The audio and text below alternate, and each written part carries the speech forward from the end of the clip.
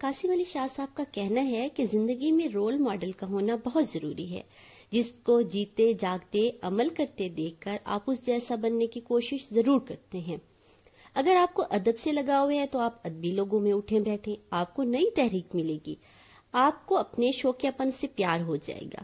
شوق سے متعلق جب آپ ایسے لوگوں کے ساتھ وقت گزاریں گے تو نئی نئی باتیں سیکھنے کو ملیں گی۔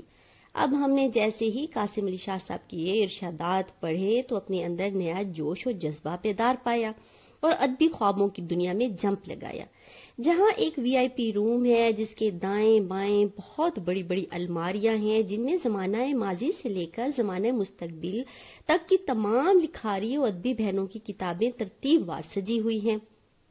سامنے پڑے صوفوں پر بہت ڈیسنٹ سی ادبی بہنیں سہج نہج سے براجمان ہیں، اور میں ان کے بیچوں بیچ بیٹھی اپنے قیمتی خیالات کا اظہار فرما رہی ہوں۔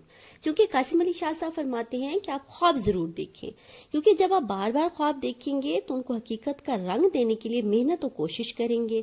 خواب تو ہم نے دیکھ لیا تھا، اب اگلا مرحلہ اس کو پایہ تکمیل تک پہنچانا تھا، جو کہ ماؤنٹ ایوریسٹ کو سر کرنے سے بھی مشکل تھا، کیونکہ جس چیز کا وجود ہو اس تک پہنچنا قدرے آسان ہے بنسبت اس چیز کے جس کا وجود ہی نہ ہو، اور اگر وجود ہو مگر معلوم نہ ہو۔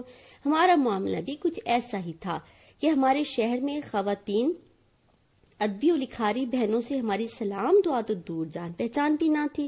خیر، خود کو دلاسا دیا کہ کون سا ہم خود اتنے سوشل ہیں کہ زیادہ سے زیادہ شہر سے متعلقہ معلومات ہوں، اور یہ بھی ضروری نہیں کہ ہماری ادبی بہنیں کوئی کام شائع کروا چکی ہوں۔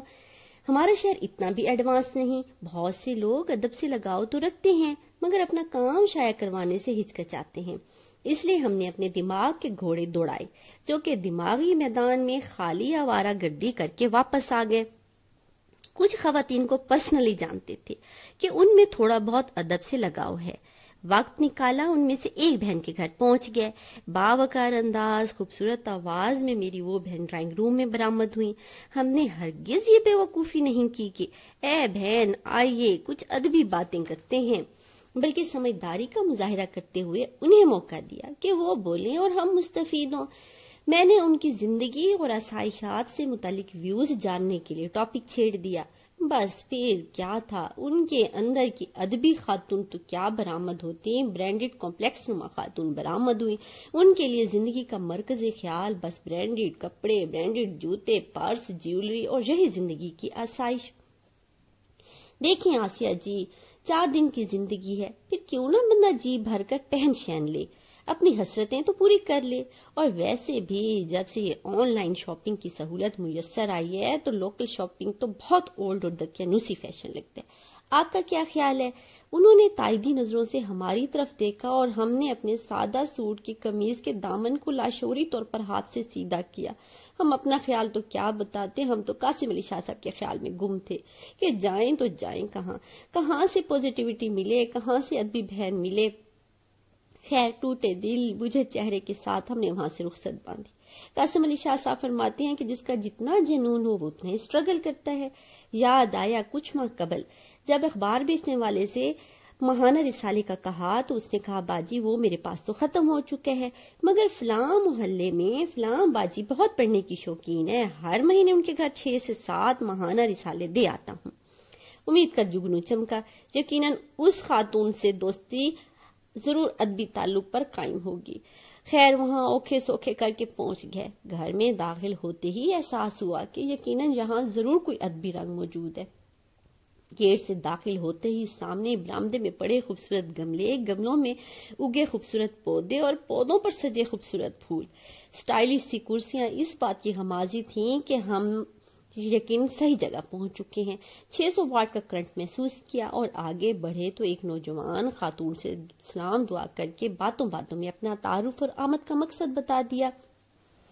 پتہ چلا کہ یہی خاتون ادبی ذوق و شوق رکھتی ہیں، اور فطرت کا وہ اصول فوراً یاد آیا، access of every thing is bad. محترمہ نے جو ماہانہ رسالوں کی رائٹرز کے نام بما ان کے مشہور ناول، ناولٹ اور افسانہ کے بیان کیے اور نہ جانے کتنے اور بیان کرتے ہیں کہ اچانک شر شر ناک پوچھنے کی آواز نے ہمیں خوابوں کی دنیا سے حقیقت میں لا پٹکا۔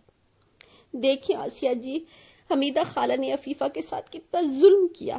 ہم ایک دم چکنا ہو گئے کہ کون سی حمیدہ خالہ، کون سی عفیفہ، کیا ظلم ڈھایا۔ جی، ہم نے سوالیہ جی کے بعد ان کی طرف دیکھا۔ راحت باجی کے ناول پر سیر گفتگو جو انہوں نے شروع کی تو روایتی ظالمانہ ساس بہو کے جھگڑے پر مشتمل اس ناول نے تو کیا ختم ہونا تھا، ہماری امید کا چراغ کا تیل ختم ہوتا ہوا محسوس ہونے پر ہم نے رخصت سفر باندھا۔ کیونکہ قاسم علی شاہ صاحب کے ہم بہت بڑے فین ہیں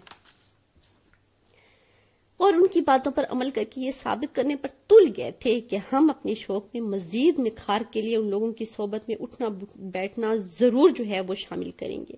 ابھی اسی سوچ میں تھے کہ یاد آیا ضروری نہیں کہ اگلی بندی صرف ادبی کام لکھ چکی ہو یا پڑھ چکی ہو، بہت سے لوگوں کا تجربہ بھی نئی سیکھ دے جاتا ہے۔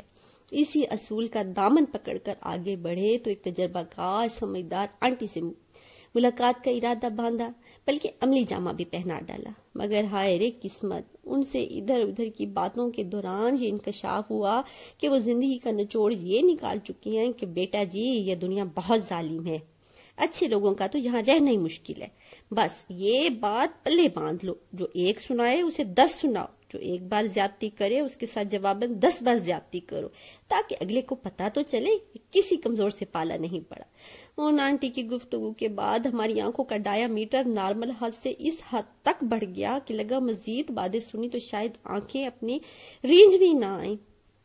خیر، وہاں سے مایوسی سے واپسی کا راستہ ناپا اور سارے راستے سوچتے رہے زندگی میں پوزیٹیوٹی، ادبی لگاؤ کے لوگوں سے کہاں ملاقات ہوگی۔ لوگوں کی بات چھوڑیں، خواتین کی بات کی جا رہی ہے۔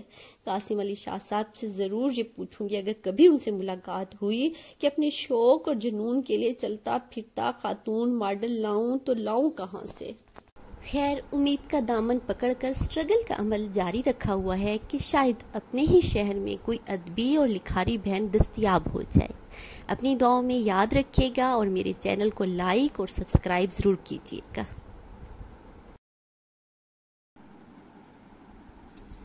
منزل سے آگے بڑھ کر منزل تلاش کر، منزل سے آگے بڑھ کر منزل تلاش کر، مل جائے تجھ کو دریا تو سمندر تلاش کر۔